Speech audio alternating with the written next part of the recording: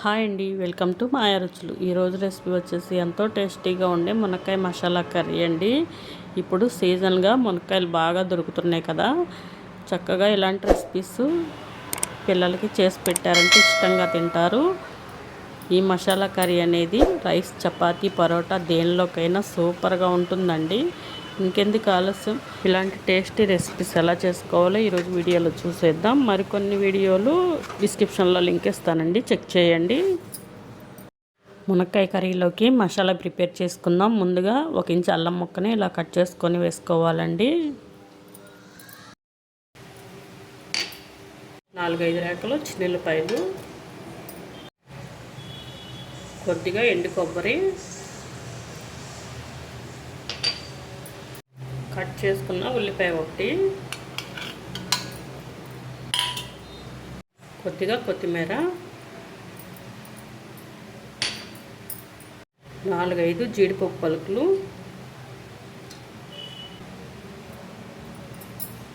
ఒక tomato, cut చేసుకున్న ఒక టమోటా అండి.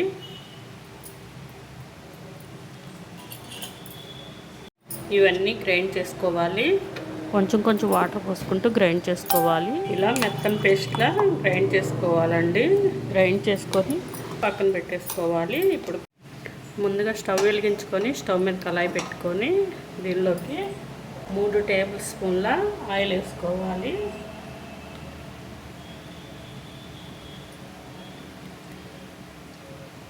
మసాలా వేగాలి కాబట్టి నూనె అనేది ఎక్కువ పడుతుందండి. ఇలా ఆయిల్ వేసుకున్నాక, ఆయిల్ హీట్ అయ్యాక 1 టీ స్పూన్ జీలకర్ర, 1 ఇంచు దాల్చిన చెక్క, 4 లవంగాలు, 2 బిర్యానీ ఆకులండి.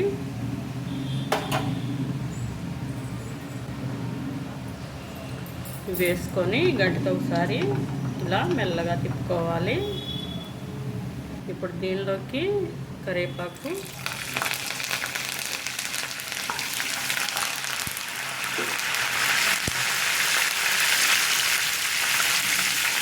కట్ చేసుకున్న 4 పచ్చిమిర్చి,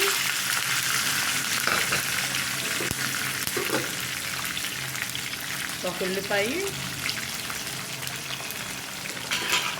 ఇవన్నీ వేసుకొని ఫ్రై చేసుకోవాలి.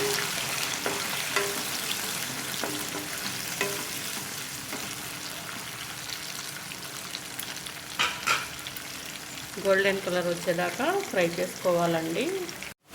ఉల్లిపాయ చక్కగా ఫ్రై అయిపోయిందండి. ఇప్పుడు దీనిలోకి మనం ముందుగా ప్రిపేర్ చేసి పెట్టుకున్న మసాలా వేసుకోవాలి.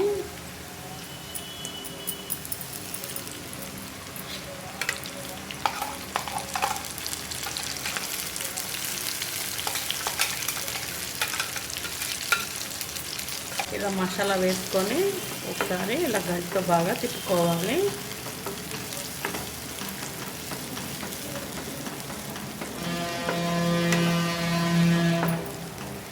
మసాలా చక్కగా నూనెలో బాగా వేగాలండి.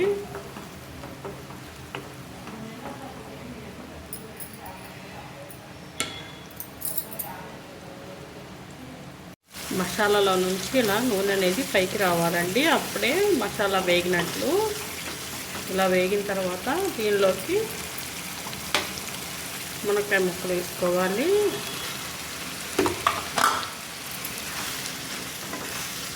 మునక్కాయ ముక్కలు వేసుకొని ఇలా బాగా కలుపుకోవాలి.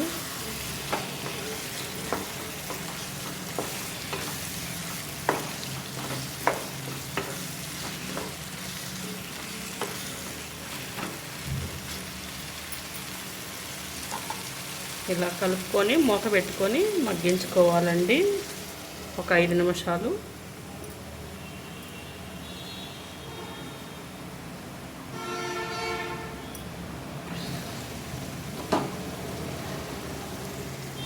మునక్కాయ ముక్కలు వేసుకున్నాక దీనిలోకి ఇలా 1 టీ స్పూన్ ఉప్పు వేసుకోవాలి.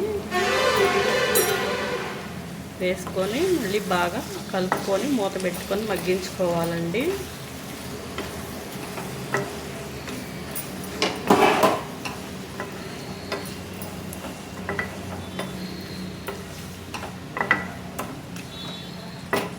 మూత పెట్టుకొని మగ్గించుకుందాం.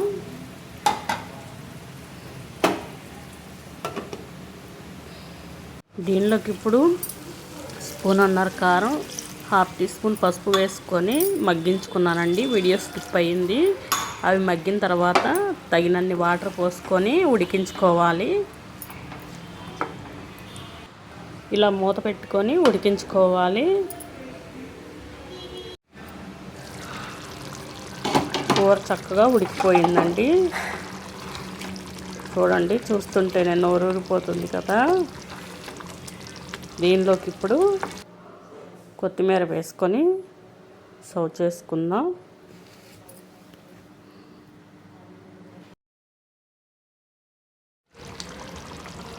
ఇలా కొత్తిమీర వేసుకొని సర్వ్ చేసుకుంటే ఎంతో టేస్టీగా ఉండే మునక్కాయ మసాలా కర్రీ రెడీ అయిపోయిందండి. మీరు కూడా తప్పకుండా ట్రై చేయండి. రైస్, చపాతీ, పరోటా దేనిలోకైనా సూపర్గా ఉంటుందండి.